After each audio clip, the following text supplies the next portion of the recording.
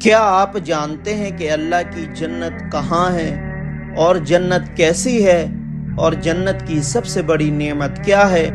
تو جنت کو اللہ نے فرما بردار اور نیک لوگوں کے لیے بنایا ہے۔ قرآن و حدیث میں اس کی نعمتوں اور خوبیوں کا بہت بیان ہے، جس کو جاننے سے پہلے ہم یہ جانتے ہیں کہ جنت کیا چیز ہے۔ تو لغت میں جنت کے معنی ہوتا ہے باغ، اور باغ میں پھل بھی ہوتے ہیں، سایہ بھی ہوتا ہے، درخت بھی ہوتا ہے، پھول بھی ہوتے ہیں اور آرام لائق ہوا بھی ہوتی ہے، پانی کا بھی انتظام ہوتا ہے۔ اب اس کے ساتھ یہ بات اور ملا لو کہ وہ باغ خدائی باغ ہے، تو اس سے معلوم ہوا کہ وہ معمولی باغ نہیں ہے۔ دنیا میں بھی بادشاہوں اور امیروں کے باغ ہوتے ہیں اور ان میں ہر طرح کا سامان ہوتا ہے، ہر طرح کی آرام گاہ ہوتی ہے اور عجیب عجیب چیزیں بھی ہوتی ہے۔ کسی بادشاہ کے باغ میں محل ہوتا ہے، اس کے علاوہ بہت سی عجیب عجیب چیزیں بھی ہوتی ہے۔ کسی کے باغ میں سیر و تفریح کی جگہ بھی ہوتی ہے۔ تو اب سمجھو کہ خدا کا باغ کیسا عالی شان ہوگا، جس کو حاصل کرنے کی خدا خود تاکید کرتا ہے کہ تم جنت حاصل کرنے کی خواہش کرو۔ جنت کوئی معمولی باغ نہیں ہے، بلکہ اس میں عجیب و غریب سامان ہوں گے۔ جنت کی نعمتیں دنیا کی نعمتوں سے بہت پاک و صاف ہوں گی۔ جنت کی نعمتوں کا حدیث سے معلوم چلتا ہے۔ حدیث میں آتا ہے کہ حوروں کے سر پر ایک ایسا پاک و صاف دوپٹہ ہوگا کہ اگر ان کا ایک پلہ دنیا میں لٹک جائے تو چاند اور سورج کی روشنی پھیکی پڑ جائے گی۔ جنت کی حوریں ایسی خوبصورت اور حسین ہیں کہ 70 جوڑوں کے نیچے سے بھی ان کا بدن جھلکتا ہوگا۔ جنت کی مٹی جواہرات اور مشک کی ہے۔ حوض کوثر کے پانی کی یہ تعریف ہے کہ جس نے اس میں ایک دفعہ پانی پی لیا اس کو کبھی پیاس نہ لگے گی، اور کمال کی بات تو یہ ہے کہ بغیر پیاس کے بھی اس کو پئیں گے تب بھی اس کو پینے میں مزہ آئے گا۔ دنیا کے پانی میں پیاس کے وقت تو مزہ آتا ہے، لیکن بغیر پیاس کے مزہ نہیں آتا۔ جنت کے پانی کی یہ شان ہے کہ ایک دفعہ پی کر عمر بھر کے لیے پیاس کی تکلیف چلی جائے گی، یعنی کبھی پیاس نہیں لگے گی۔ مگر جنت کے پانی میں بغیر پیاس کے بھی مزہ آئے گا۔ تو بتاؤ دنیا میں ایسا پانی کہاں ہے جس سے پیاس نہ لگے اور بغیر پیاس کے بھی اس میں مزہ آئے؟ اسی پر تمام نعمتوں کو سمجھ لو کہ جنت کی نعمتوں کے سامنے دنیا کی نعمتیں کیا چیز ہے۔ جنت کی نعمت اور دنیا کی نعمت میں تو اس قدر فرق ہے کہ یہاں کی تمام غذائیں، یہاں کی تمام چیزیں تھوڑی دیر میں بدبودار اور پخانہ بن جاتی ہے، جس کی بدبو سے دماغ پریشان ہو جاتا ہے۔ لیکن جنت میں جتنا چاہو کھاؤ، بس ایک خوشبودار ڈھکار آئے گی اور سارا کھانا ہضم ہو جائے گا، یا خوشبودار پسینہ آ جائے گا اور سارا پانی ہضم ہو جائے گا۔ وہاں نہ پیشاب کی تکلیف ہوگی، نہ پخانہ ہوگا اور نہ حیض کا اندیشہ ہوگا، نہ بدہضمی کا ڈر ہوگا۔ وہاں صرف آرام ہی آرام ہوگا، ہر تکلیف سے جنت پاک ہوگی۔ یہاں تک کہ جنت میں ہر وقت خوشی ہی خوشی رہے گی، ایسی خوشی کہ دنیا میں کسی نے اس کا خواب بھی نہ دیکھا ہوگا۔ تو اس لیے مسلمانوں، مرنے کے بعد قبر میں اور آخرت میں جنت کے اندر عیش و آرام چاہتے ہو تو اللہ اور اس کے رسول کی فرما برداری کرو۔ جنت آسمان پر ہے اور اس کے اوپر 8 درجے ہیں اور 8 دروازے ہیں، یعنی 8 جنتیں ہیں، اور اس کی خوبیاں عقل سے بھی باہر ہے۔ جو اللہ کا پیارا اس میں داخل ہو جائے گا پھر کبھی نہ نکلے گا۔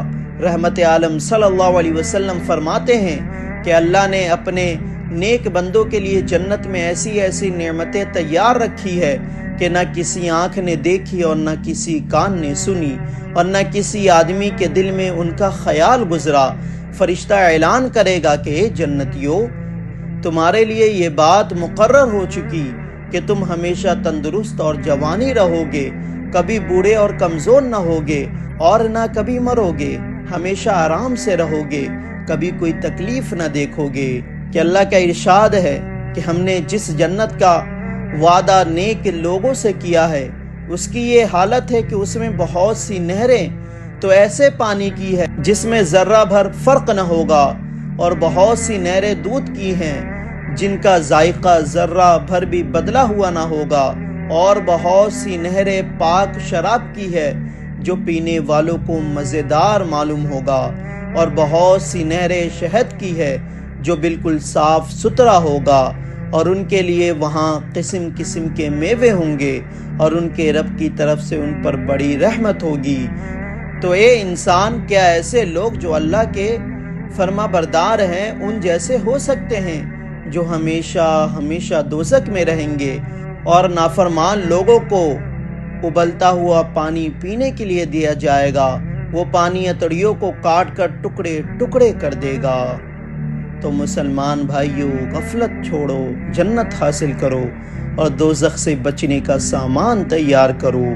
حضور اکرم صلی اللہ علیہ وسلم فرماتے ہیں کہ جنت میں سب سے کم درجے کے جنتی کی حالت یہ ہے کہ اس کو 80,000 خادم ملیں گے اور 72 حوریں ملیں گی جو ان کی خدمت کریں گی، اور 100 مردوں کے برابر طاقت دی جائے گی، اور دنیا کی بیویاں حسن و جمال میں نماز روزہ ادا کرنے کی وجہ سے حوروں سے بھی زیادہ خوبصورت اور افضل ہوں گی، اور جنت میں اولاد پیدا نہ ہوں گی، اور نہ کوئی جنت میں اولاد پیدا ہونے کی خواہش کرے گا۔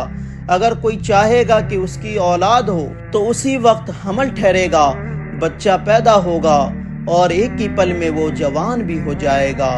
بچے کو پالنے کی کوئی تکلیف نہیں اٹھانی پڑے گی، اور نہ 9 مہینے پیٹ میں حمل رکھنے کی تکلیف اٹھانی پڑے گی، بلکہ ایک پل میں حمل ٹھہرے گا اور دوسرے پل میں وہ بچہ جوان ہو جائے گا۔ اسی طرح رسول اکرم صلی اللہ علیہ وسلم فرماتے ہیں کہ جن جنتیوں کی اولاد دنیا میں مر گئی ہوگی وہ اپنی اولاد کو یاد کریں گے اور کہیں گے کہ اے ہمارے رب، ہمارے جگر کے ٹکڑے کہاں ہیں؟ ہم نے ان کو گود میں پالا تھا اور وہ بچپن میں ہی مر گئے۔ اے میرے رب، تو جانتا ہے کہ ہم نے تیری رضامندی کے لیے صبر کیا، اب ہم ان سے ملنا چاہتے ہیں۔ اسی وقت بچے مل جائیں گے، تو بچے اپنے ماں باپ سے کہیں گے، آپ نے ہمارے مرنے پر صبر کیا، اس لیے ہم آپ کو مل گئے۔ سورہ واقعہ میں اللہ ارشاد فرماتا ہے کہ جنت والوں کو ان کی مرضی کے مطابق میوے ملا کریں گے، اور پرندوں کے گوشت ان کی مرضی کے مطابق ان کو مل جائے گا، اور ان کے لیے گوری گوری بڑی آنکھوں والی عورتیں یعنی حوریں ہوں گی۔ کیا آپ جانتے ہیں کہ جنت کی سب سے بڑی نعمت کیا ہوگی؟